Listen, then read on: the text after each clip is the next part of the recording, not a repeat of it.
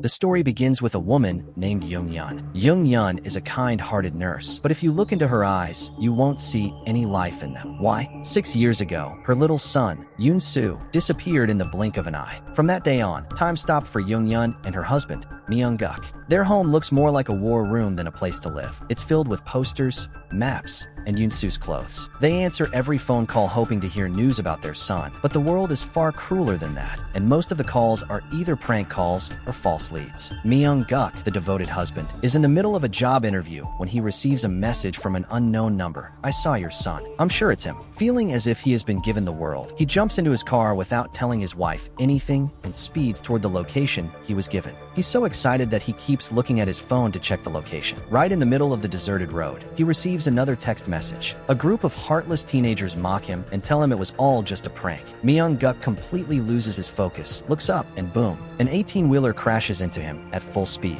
His car flips over, and the devoted husband dies instantly. Now Young Yun is left completely alone. She has neither her child nor the husband who stood by her side searching for him. A few weeks pass. Suddenly, a mysterious person from a remote town calls her and says, "Ma'am, I saw a picture of a boy in a coastal village who has a birthmark on the back of his neck, exactly like your son's." Without hesitation, Young Yun packs her belongings and heads to the remote seaside village. The closer she gets, the darker the atmosphere becomes. The smell of rotten fish and salty seawater fills the air, and the villagers are far from welcoming to strangers. Young Yun goes to the village police station to gather information. There we meet Officer Hong. He is the chief of police in this remote area, but his behavior is nothing like that of a law enforcement officer. He speaks in a rude and arrogant manner. When Young Yun shows him a picture of her son, his eyes tremble for a brief moment, but he quickly regains his composure. With a nervous smile, he says, "Ma'am, there are no children here. Only old fishermen live in this village. You should take the first bus back to Seoul. This is no place for a woman traveling alone." From his tone, Young Yun realizes that something isn't right. She leaves but decides to stay in the village. Young Yun pretends to leave, but secretly heads toward the docks and the fish drying workshops. This is where the film reveals the filthy truth about the village. These godless villagers kidnap or buy missing and abandoned children and force them to work as slaves. One of these children is a boy named Ji-ho. His hands are covered with wounds from salt and knives. His clothes are torn, and worst of all, the villagers treat him like an animal.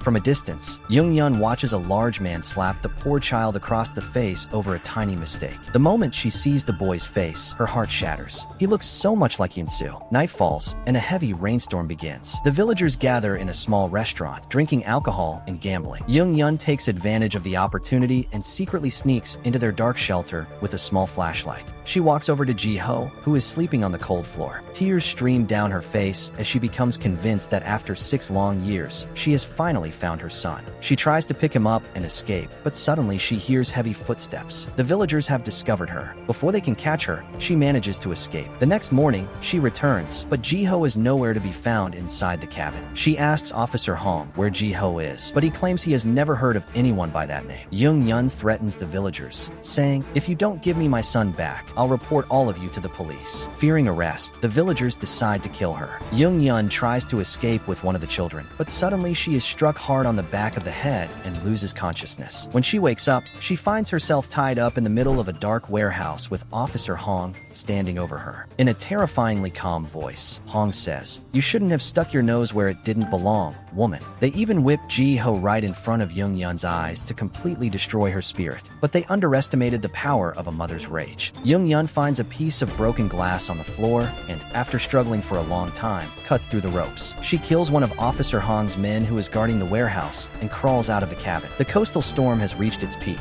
Young Yun rushes to the children's room, but no one is there. The boys have escaped. The villagers realize what has happened and chase after them with sickles, clubs, and flashlights. The chase reaches the wooden pier. Terrified and soaked by the heavy rain, Ji-ho loses his balance and runs toward the end of the dock. Behind him stands Officer Hong with a shotgun, and in front of him is the dark, raging sea. Rather than be captured by those monsters again, Ji-ho throws himself backward into the water. A huge wave immediately sweeps him away. Young Yun screams and tries to jump in after him, but the violent waves swallow the boy within seconds. Watching the child die before her eyes, Young Yun realizes she has nothing left to lose. She transforms into into a terrifying monster and lunges at Officer Hong like a wounded tiger. A brutal hand-to-hand fight breaks out between them. No matter how hard Hong beats her, she refuses to give up. Finally, Young-Yun drives a sharp object into Officer Hong's stomach, grabs his gun, and escapes with one of the boys. But Officer Hong refuses to give up and chases after Young-Yun with his shotgun. Young-Yun shoots at the villagers who try to stop her. She attempts to escape by boat, but Officer Hong catches up with her. The two fight in the water. Officer Hong intends to kill Young-Yun, but she manages to handcuff his wrist to one of the pier's support posts and escapes with the young boy. As the storm causes the sea level to rise, Officer Hong drowns. Morning arrives, the sun rises, and real police officers from the capital finally reach the village and arrest all of the villagers. Young-Yun cries over the dead body. But 2 days later, at the hospital, a doctor arrives with the DNA test results and delivers a devastating revelation. Mrs. Young-Yun, I'm sorry, but this child was not Yoon-Soo. Yes, everyone, this is the film's biggest twist. The boy only looked like her son. Young-Yun lost her husband, nearly lost her own life, killed a police officer, but the child was never her son. He was the child of another unfortunate mother. In the final scene, Young-Yun visits a center for missing children. As she walks through the building, she suddenly notices a little boy sitting on a bench with his back turned to her. With a trembling heart and tears in her eyes, she softly calls out, Yoon-Soo. The boy slowly turns around. The camera fades on Young-Yun's hopeful smile, and the film ends, without ever revealing whether that boy was truly Yoon-Soo or not.